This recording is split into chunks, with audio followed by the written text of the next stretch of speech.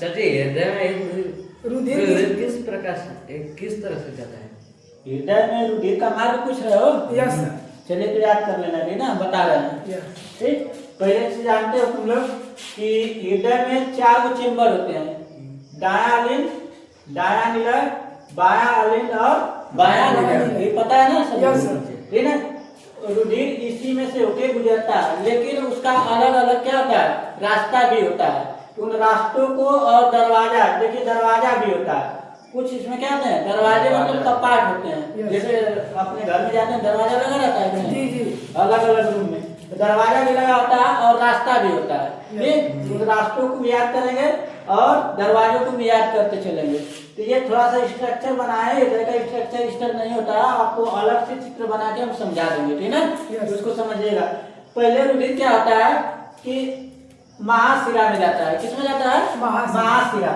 महाशिरा से यहाँ पे एक दरवाजा होता है, शिरा अलिंद गाड, शिरा अलिंद गाड। शिरा अलिंद गाड से होते हुए दायां अलिंद में चला जाएगा। दायां अलिंद से एक दरवाजा खुलेगा, किसके लिए? दायां निलय के लिए। तो इस दरवाजे का नाम याद रखिएगा, ट्राइकास्पिड वाल्व। क्या होता है? Tricuspid valve.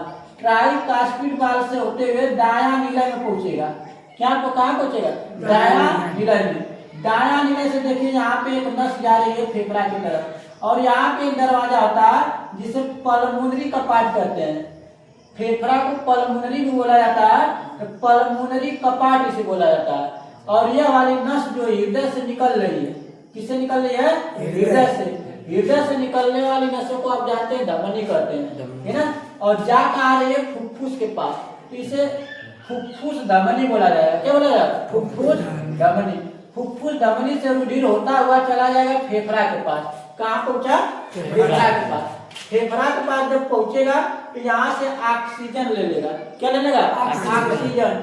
ऑक्सीजन लेने के बाद ये वाला रास्ता देखिए, यहाँ से फेफड़ा से एक रास्ता निकल रहा है, तो इसे फुफ्फुस बोला जाता है। और आप जानते हैं हृदय में आने वाली नसों को कहा जाता है शिरा। तो फुफ्फुस के घर से आ रहा है तो फुफ्फुस शिरा कहेंगे, इसे फुफ्फुस शिरा कहेंगे। इसमें ऑक्सीजन युक्त रुधिर बह रहा है, इसलिए यह फुफ्फुस शिरा में कहा जाता है कि शुद्ध रक्त बहता है ना। फुफ्फुस शिरा से होता हुआ रुधिर कहाँ जाएगा? बायां अलिंद। कहाँ पहुंचेगा? बायां अलिंद।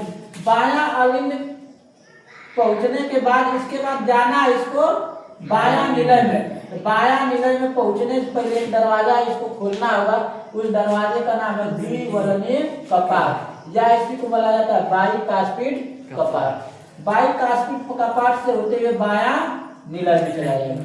बायां निलय से उसके बाद महाधमनी में जाना होता है। महाधमनी में जाने के लिए एक और दरवाजा यहाँ पे है, एक और दरवाजा है यहाँ पे, और एरोटिक वाल्व। एरोटिक वाल्व से होते हुए यहाँ से दरवाजा खुलेगा, पूरा शरीर में, महाधमनी द्वारा पूरा शरीर में जाएगा। पूरा शरीर में जाने से पहले यह जाता है छोटी धमनी। छोटी धमनी से केशिका, केशिका से फिर छोटी शिरा, छोटी शिरा से फिर महाशिरा।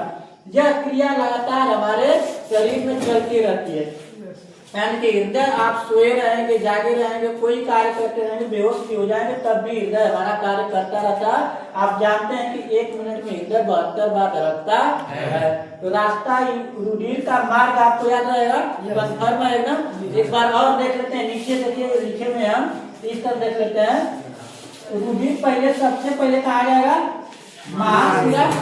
महाशिरा से दायां अलिंद, दायां अलिंद से ट्राइकास्पिड कपाट, ट्राइकास्पिड कपाट से दायां निलय, दायां निलय से पल्मोनरी कपाट, पल्मोनरी कपाट से फुफ्फुस धमनी, फुफ्फुस धमनी से फेफड़ा। कहाँ पहुंचेगा? फेफड़ा। फेफड़ा से फुफ्फुस शिरा, फुफ्फुस शिरा से बायां अलिंद। बायां अलिंद से दरवाजा खुलेगा द्विवलनीय कपाट, उसके बाद बायां निलय, बायां निलय से एरोटिक वाल्व, एरोटिक वाल्व से महाधमनी, महाधमनी से होता हुआ छोटी धमनी, छोटी धमनी से केशिका, केशिका छोटी शिरा, महाशिरा। ये लगातार क्रिया चलती है। तो मान याद रहेगा, कंफर्म है ना? नहीं ना?